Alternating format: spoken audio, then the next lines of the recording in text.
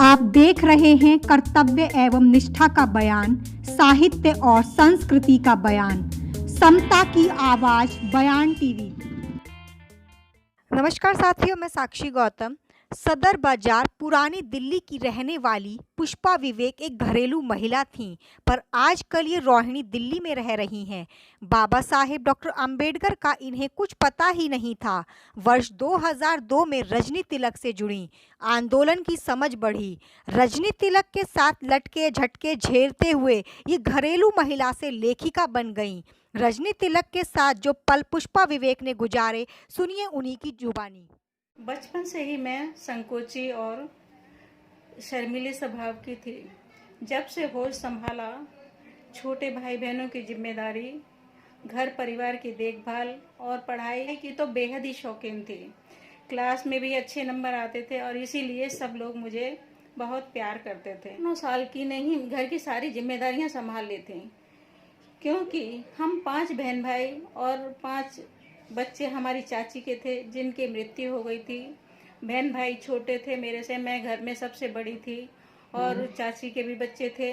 चाची की मृत्यु होने के बाद में उन बच्चों की भी जिम्मेदारी आ गई। दादी हमारी बूढ़ी थी और वो काम इतना नहीं कर पाती थी, इसलिए सारे परिवार की 10 बच्चे और परिवार की जिम्मेदारियां मुझे देखनी पड़ती थी। मैं स्कूल भी जाती थी, घर का काम करती थी और शनिवार इतवार को सारे घर के पूरे परिवार के कपड़े धोती थी।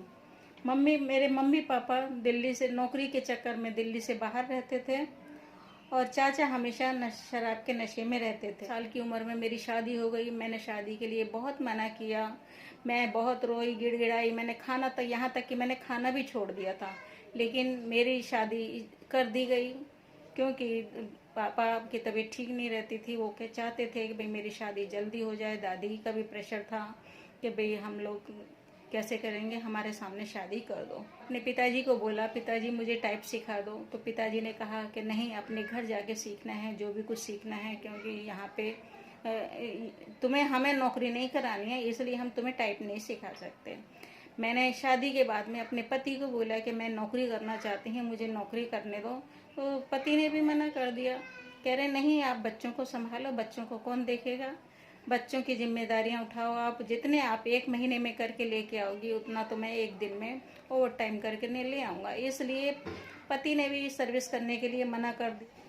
पति कई संस्थाओं से जुड़े थे, मैं उनके साथ में बच्चे छोटे होने के कारण उनके साथ में नहीं जा पाती थी। एक बार मैडम कुरील अपने हस्बैंड के साथ में मेरे पास आई और मुझे कहा कि भाई आप हमारे साथ चलो। हमारी कुरील मैडम के साथ में गई। 2-3 मीटिंग्स के अंदर में मुझे रजनी दी से मुलाकात हुई, तो वो एक बारी मुझे चेन्नई लेके गई, हैदराबाद लेके गई। उसके बाद में वर्ल्ड डिग्निटी फॉर्म हुआ था बॉम्बे में, मैं वहाँ पे भी उनके साथ में गई थी।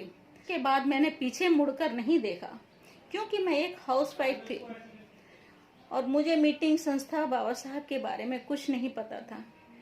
पति बाबा साहब की किताबें लाकर पढ़ने के लिए देने लगे। बुद्ध एंड धम्मा पढ़ी, विचारधारा बदली। रजनी दी किसी भी प्रोग्राम में ले जाती मुझे, उसकी रिपोर्ट्स लिखने के लिए कहती, कुछ किताबें पढ़ने के लिए देती, कुछ आत्मकथाएं उन्होंने पढ़ने के लिए दी मुझे, और इस प्रकार मैंने लिखना सीखा। हर बारी मुझे कभी प्रोग्रामों में जाती थी तो उनकी रिपोर्ट्स वगैरह भी लिखने के लिए देती थी। एक बार हम नागपुर जा रहे थे, ट्रेन में ही मुझे कुछ लाइनें याद आई। रात का समय था, रात को अंधेरे में ही मैं लिखने की कोशिश करने लगी, पेन और कॉपी निकाल के। तो रजनी दी ने, ऊपर की सीट से रजनी दी मुझे देख रही थी और उन्होंने झट से लाइट जलाई। कह रही है, किसी के परेशान होने की या किसी की डिस्टर्ब होने की परवाह मत किया कर। तुझे जो करना है वो अपने मन से कर और अपने हौसले से कर। और लाइट उन्होंने फटाफट जला दी कि अब कर तूने जो करना है।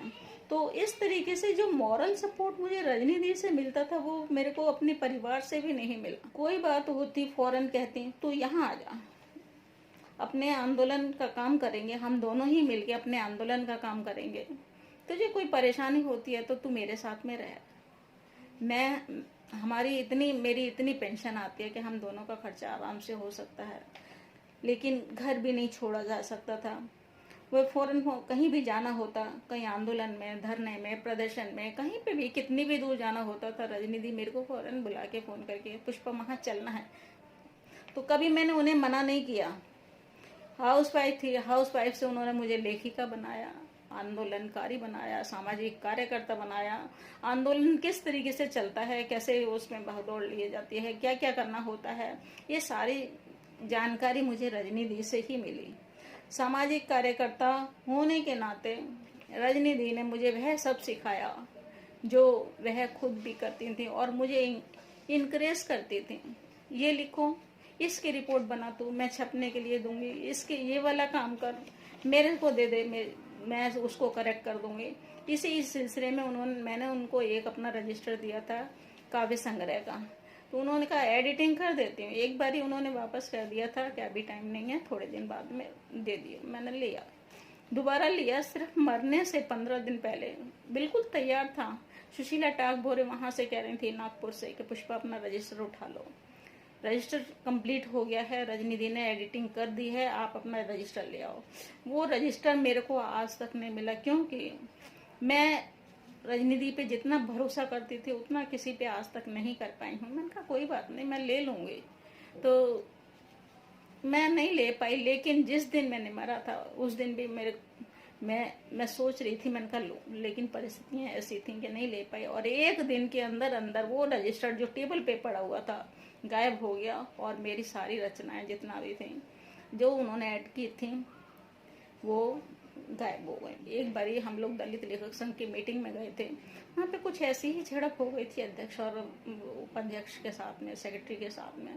तो मैं तो कुछ नहीं बोली, लेकिन रजनी दी मेरा हाथ पकड़कर वहाँ से उठा लाए और कहने लगे, कह रही है अब ना तो मैं आऊंगी और ना पुष्पा आएगी आपके किसी भी प्रोग्राम में, आपको रखनी है अपनी धर्मशाला, आप अपने पास संभाल के रखो।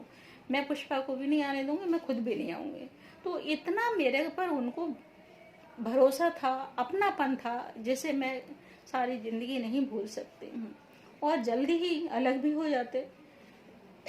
कुछ लोग मुझे उनके जाने के बाद आज भी कहते हैं, मुझे पता नहीं कैसे आप उनके साथ में इतने सालों तक बिता पाई। कुछ लोग तो आते हैं, जुड़ते हैं और जल्दी ही उनके व्यवहार से जल्दी ही चले जाते हैं और जल्दी अलग हो जाते हैं। मैं आदर्शों के साथ में जुड़ी थी, उनकी विचारधारा से जुड़ी थी, उनके जो उनको साथ लेकर चलने की कला थी, मैं उसके साथ जुड़ी थी। इस रजनी दी मेरी आदर्श थी, मेरी मान थी। जो काम कर पा रही हूँ मैं वो नहीं कर पाती, और एक भूल भुलैया में भूल आम आदमी की तरह मैं भी कहीं अंधेरे कोने में खोई हुई होती। आज मुझे लोग जानते हैं तो वह केवल रजनी दी की वजह से जानते हैं। आज मेरी पहचान है तो रजनी दी के आंदोलन की वजह से मेरी पहचान है। आज मैं कुछ कर पाती हूँ, कुछ लिख पाती हूँ, तो उनके इनकरेजमेंट से, उनके प्रोत्साहन से ही मैं आज लिख भी पा रही हूँ अपना और कुछ कर पा रही हूँ। तो शोषण की हक की आवाज उठाने के लिए रजनी दी हमेशा तत्पर रहती थी। कहीं पे भी होता था वो, कहीं पे भी, कहीं भी, किसी भी समय होता था, जाने के लिए तैयार थी। एक बारी बनते पूर्णिमा के साथ में कोई हादसा हो गया, उनके साथ में झगड़ा हुआ, उनका घर का सारा सामान निकाल के फेंक दिया बुद्ध विहार में, संघमित्र बुद्ध विहार में। तो मैं खाना खा रही थी, रात को 9:30 बजे मेरे पास फोन आया कि पुष्पा वहाँ पे चलना है और तू जल्दी आ सकती है। मैंने कहा बिल्कुल आ सकती थी। मैं अब भी आई, बस खाना मैंने आगे से सरकाया, खाने की प्लेट मैंने आगे से सरकाई और मैं फटाफट उनके पास में पहुंच गई और वहाँ का हाल देखा। तो एक महिला, जो केवल एक महिला बुद्धिस्ट थी और किसी तरीके से अपने परिवार को छोड़ के वो इस रास्ते पर चलने के लिए निकली थी, उसको सपोर्ट करने की बजाय लोग उसका विरोध करते हैं। तो ये चीजें हमें बहुत आहत करी थी। और उसी टाइम रजनी दी उनको अपने घर पर लेकर आई थी, 2 दिन अपने घर पे रखा, उनके साथ में पुलिस स्टेशन गए और FIR वगैरह भी कराई थी। और कई बारी 3-4 बारी हम लोगों ने वहाँ पे रात को 9 बजे 10 बजे उनके साथ में उनके सपोर्ट के लिए जाके खड़े हुए, वहाँ पे लोगों से आर्गूमेंट्स किए, जो बुद्ध विहार में रहते थे, जो उनको विरोध करते थे, उनसे आर्गूमेंट्स किए, भाई आप एक महिला को किस तरीके से रख सकते हैं। तो ये महिलाओं के हक की लड़ाई हर जगह है, चाहे वह अपने आप को कितना भी सोशल क्यों ना कहता हो, कितना भी सामाजिक क्यों ना कहता हो, कितना भी अपना आदर्श मानता हो, लेकिन महिलाओं के हक की लड़ाई जो रजनी दी ने लड़ी, वह हम तो खैर उतना नहीं कर सकते, लेकिन कोशिश करते हैं कि उनके बताए रास्ते पर चलते रहें, उनके आदर्शों पे चलते रहें। हम सावित्रीबाई फुले की शिक्षा का मान